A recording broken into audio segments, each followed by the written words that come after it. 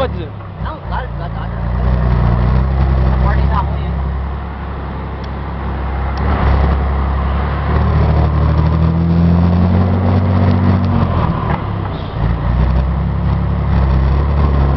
É, tio. Até fumar?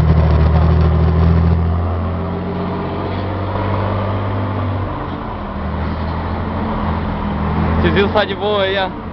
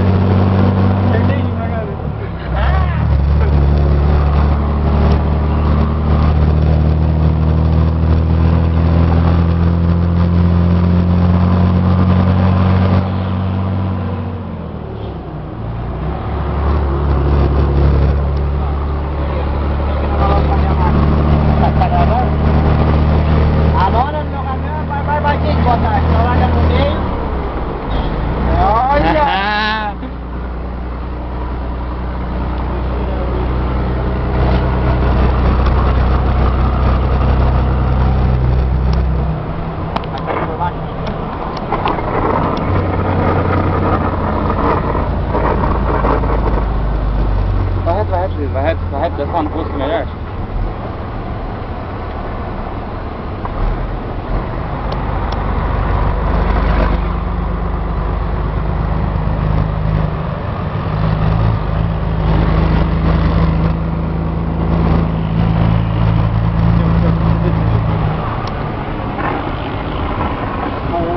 Aí, rapaziada, é nóis.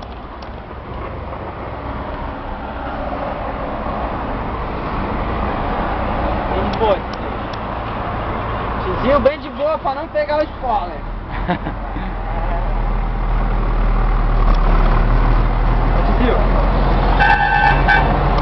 Ô tiozinho, coloca bem do ladinho. Mas você já tem o para-choque, né, tá ligado? Já pra pintar, aí fui fazer umas entregas lá e depois fazer para-choque.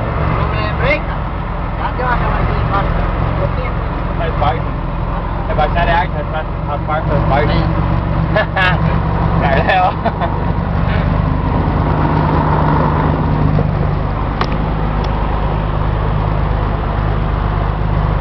Amiguinho pegando só o cedo, né, mano? Carregado do que, tio? Aonde? Oi? Vai, descara do caminhão.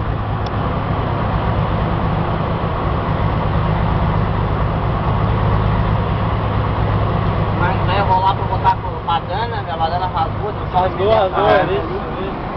E botar o... botar a cozinha nova e a geladeira.